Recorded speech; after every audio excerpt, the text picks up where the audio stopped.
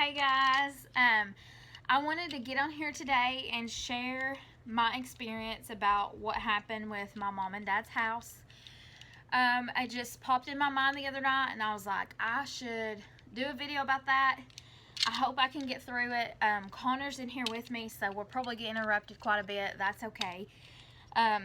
So November 7th, 2017 was like an ordinary day. I got up. I got Connor off to school. And I don't remember what day of the week it was, but anyway, probably should have looked and had that for you. But anyway, I got Connor up. I got him on the bus.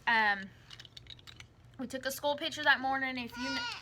If you know, we used to take a school picture like every morning, and I've kind of got out of the habit of that because I've slacked and we're always in a rush to go now. But anyway, and so I went to work. I had just started a new job. I'd only been there a couple weeks, and actually probably like 2 weeks. Anyway, Connor is walking around with a blanket on his head like a ghost. He's coming behind me. Okay, maybe not. Anyway, like I said, we're going to get interrupted a lot, and I apologize for that.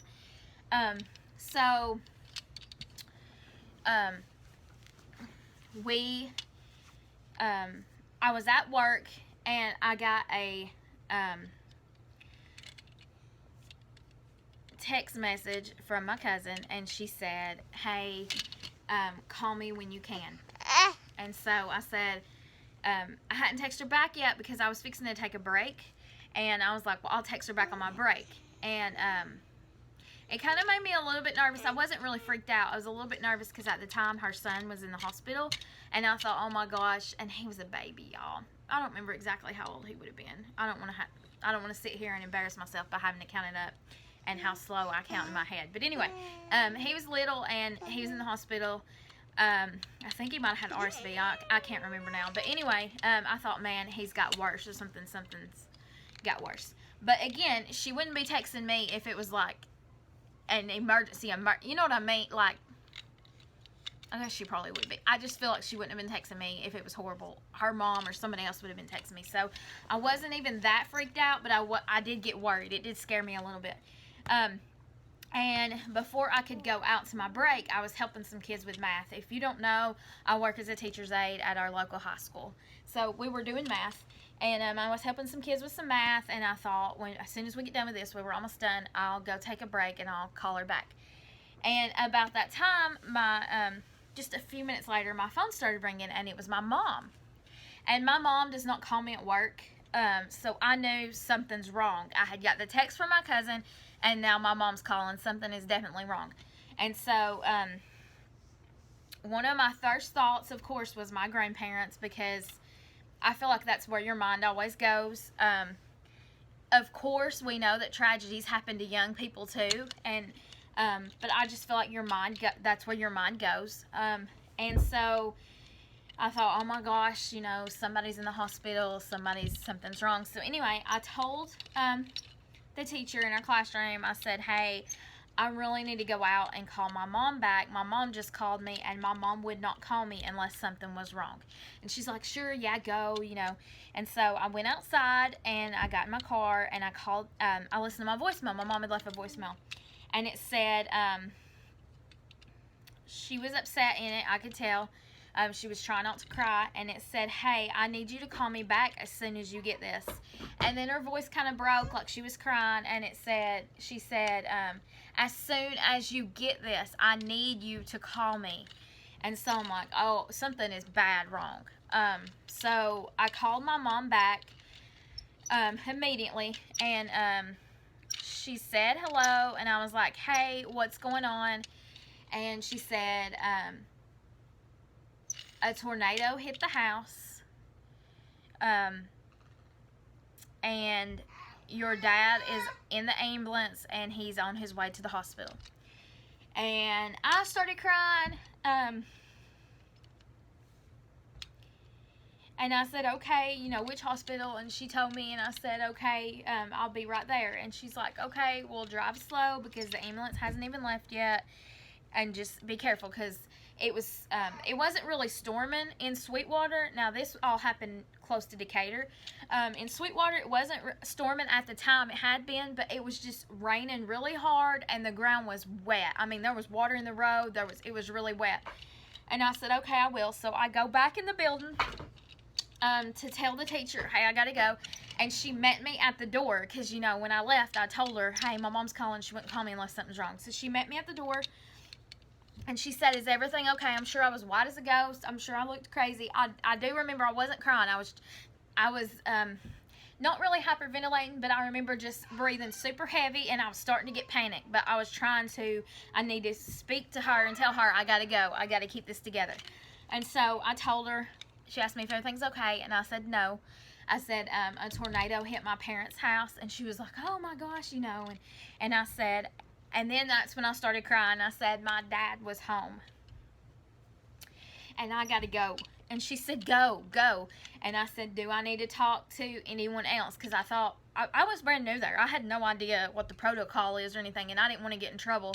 I know it's crazy that would have happened to my dad, and I'm worried about getting in trouble, but I just didn't want to do anything wrong. I was still the new one, and she's like, no, yeah, I'll talk to him. And I'm like, okay.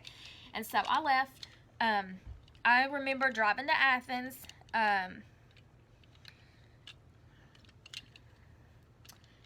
I did a lot of praying. I did a lot of crying. And I remember telling God the whole way to town, I don't understand. I just kept telling him over and over, I don't understand, but I know you're still good. I know you're still good, but I don't understand. And I just kept saying it over and over. And, I mean, I drove kind of fast, but I kept telling myself, the road was so wet, y'all. And I kept telling myself, you've got Connor. He needs his mother. You cannot wreck on the way. You're not going to help anybody if you wreck on the way. Your dad is in an ambulance. There's nowhere better he could be than with medical professionals. And so you need to drive. And I will say that my mom did tell me on the phone, he's alert and talking. That's all I know. And so I feel like that calmed me down a little. I mean, there's still a ton that can happen, and there's still a ton that could have been wrong, even though he's alert and talking. But that gives you hope. That makes you feel better. And so on the way to Athens, I called my cousin back, and she was freaking out. She was in the hospital with her son, so she couldn't get to us. And for those of you who don't know, she's my mom and dad's neighbor. She had just got her new house and moved there, and so I know that she was super worried about my parents. She was tore up about that, do not get me wrong, but I also know that she was wondering, is my house still standing? Is my, you know, what's going on with my house too? And I'm not saying that she was being selfish, in no means, but and she's never even told me that, but in my mind I think she was probably wondering, do I still have a house? And she couldn't leave. She felt trapped, I'm sure. But anyway, so I called and I talked to her, and I told her, Dad's alert. That's all I know. And they're taking him to the hospital, to the local hospital, because they did discuss flying him out, and I'll talk about that in a little while. But, so me and her cried together, and she made me promise to call her when I knew something, and I told her I would. And so, I get to the hospital, and I run into someone that goes to church with my parents. She happens to work there. She had no idea any of this was going on, and she saw me in the hall, and I wasn't crying. I was trying to keep it together, but I know I looked petrified, and she's like, Stephanie, what's wrong? And so I told her, Dad's here, you know, a tornado hit Mom and Dad's house. She was like, oh my gosh, you know, I didn't know. I'd be praying for you guys, and she pointed me in the right direction where to go, because I was all turned around, and I got to the emergency room, and I had to text my mom, because there was already 2 people back there, and so they wouldn't let me go back. And so my aunt came out. She had came to check, and she said, here, I'll walk you back there, and then I've got to go back to work. And I said, what does he look like? Because I'm sorry, y'all. Because I knew I needed to be prepared because I'm a panicker, I'm a crier, and so, you know, what does he look like? And she said, he doesn't look that bad. They cleaned up a lot of the blood. But she said he won't stop crying. He's just crying. And so, I couldn't fathom that. I'd never seen my dad cry ever. And so, I was like, okay. And I got back there, and he was strapped to a backboard, and my mom was sitting there. And when I walk in the room, it took my breath away. Because I'd never even seen my dad in a hospital bed, let alone strapped to a backboard. And it was so scary, y'all. And I remember going, you know, when I walked in the room. And then I told myself, you cannot do this because he's going to start crying. You have got to hold it together. And we were sitting there waiting while we were there. They took him for a CAT scan. What it was, I guess they think like a board had hit him. And so he had a big, huge bruise here, and they thought he might have been bleeding internally. He wasn't, thank goodness. And so when they got him in the ambulance, they were discussing flying him out to a bigger hospital because they thought he was bleeding internally. But I don't know what was the deciding factor, but they ended up taking him to our local hospital and not a big, huge one, and it was fine. But anyway, so my dad was fine. He's a miracle, absolutely. No one could believe that he made it out with just bruises and scratches. His face was really banged up, and he had lost a lot of blood.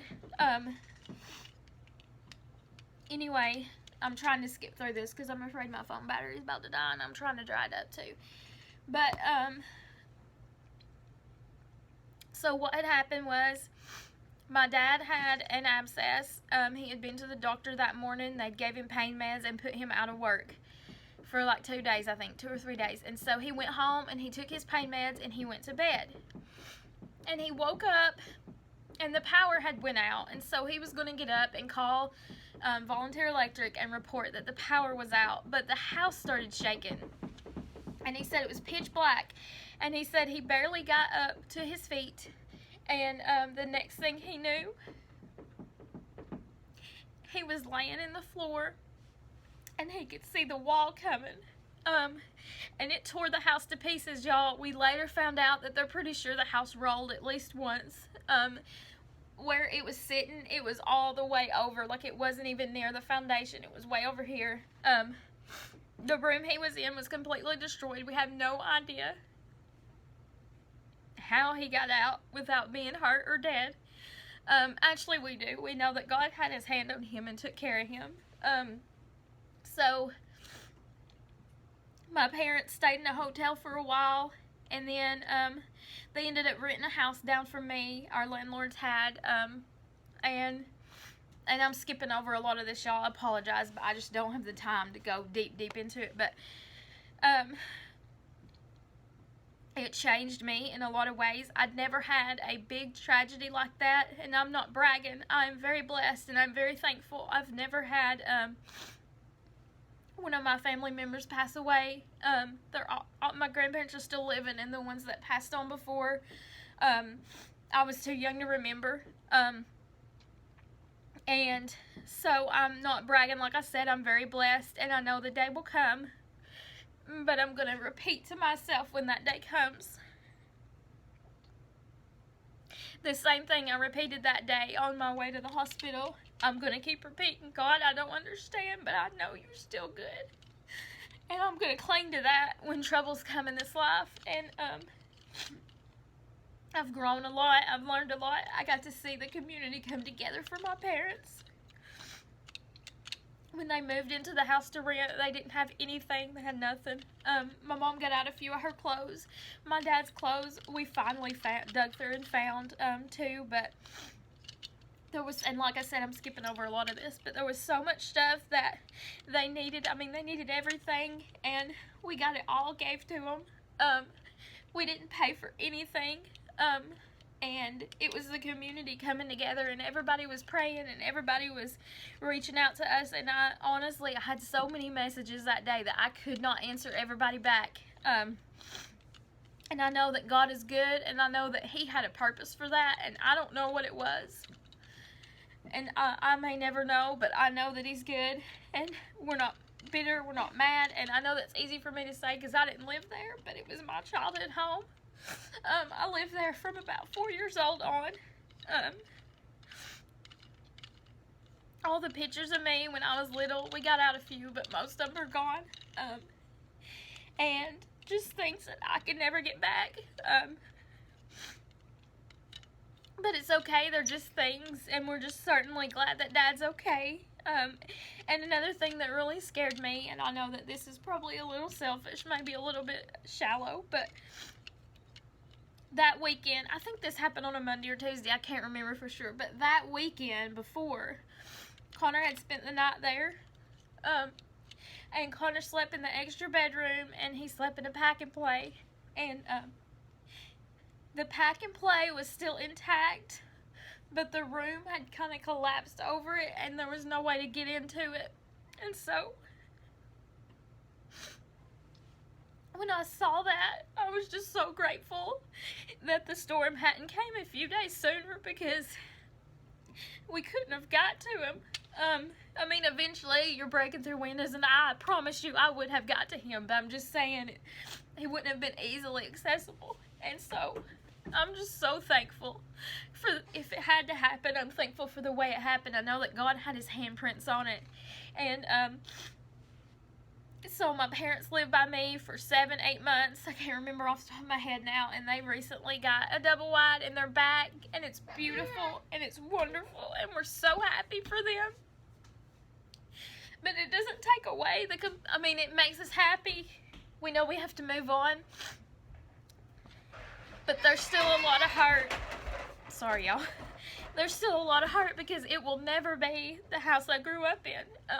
I love their house. I'm grateful for their house, but I'm not connected to that house.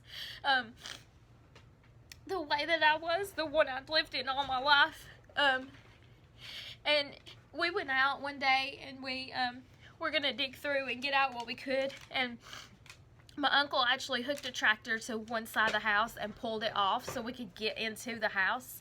And when he went down to my bedroom, that end of the house. And when he pulled the side off,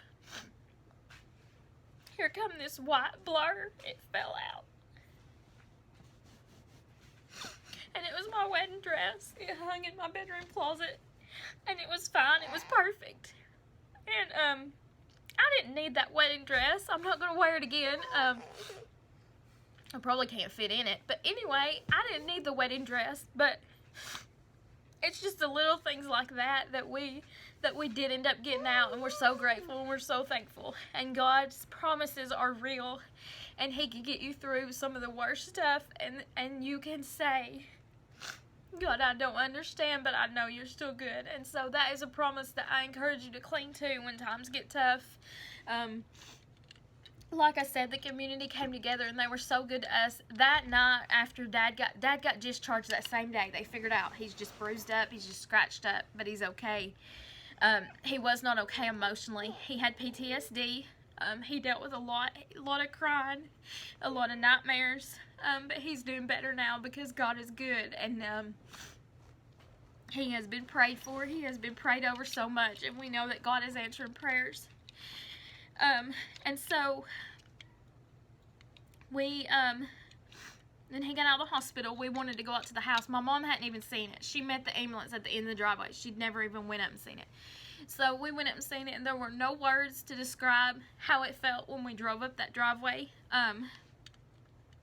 It really tore Dad up too. And Dad just stood in the yard and cried. And y'all, some of you may be going through this. Maybe your parents are getting older and they're deteriorating, or maybe a disease has stricken them, or they're just going through some stuff. But when you see that, sorry, I'm playing with Connor's car. I do that when I'm nervous. I'm sorry. When you see the strongest person you ever known completely weak and completely vulnerable. It changes you. And I had never seen my dad cry. I'm 29 years old.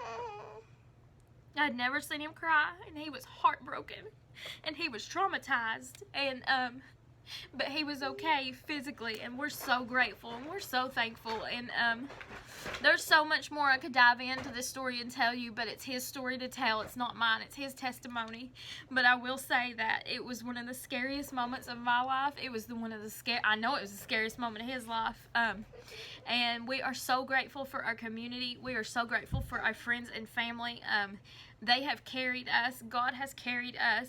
And November 7th, 2017 was a very, very bad day. And I don't understand why it happened. I don't understand why Dad had to be home even. I don't understand so much about that day.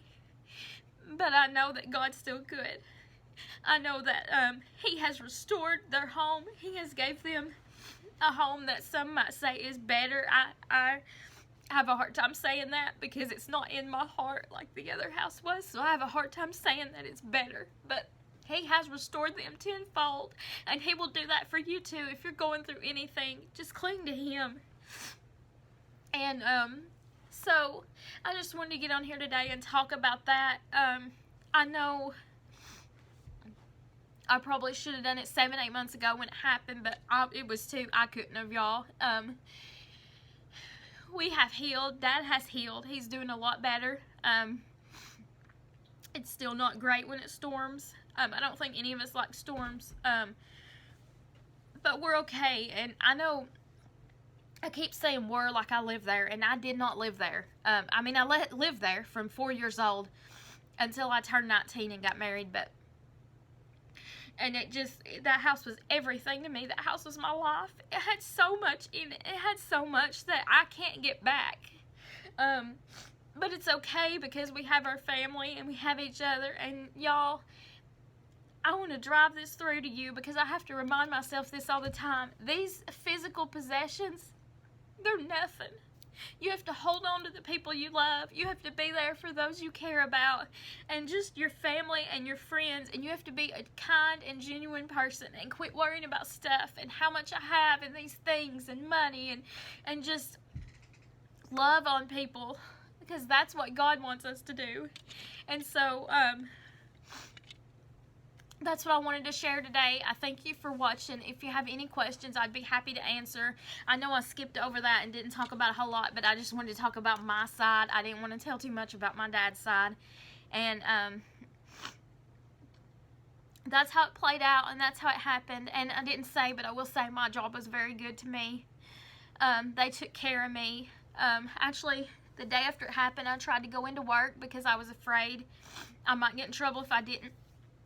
I wouldn't have, but I didn't know that at the time. And they actually greeted me with hugs, of course, and everything. And they said, "Why are you here?" And I said, "Well, I didn't know. I didn't want to get in trouble." And they actually sent me home after half a day because I couldn't keep my emotions together. I couldn't quit crying. And that was out of love. That wasn't out of, you can't quit crying, get out of here. I don't mean that.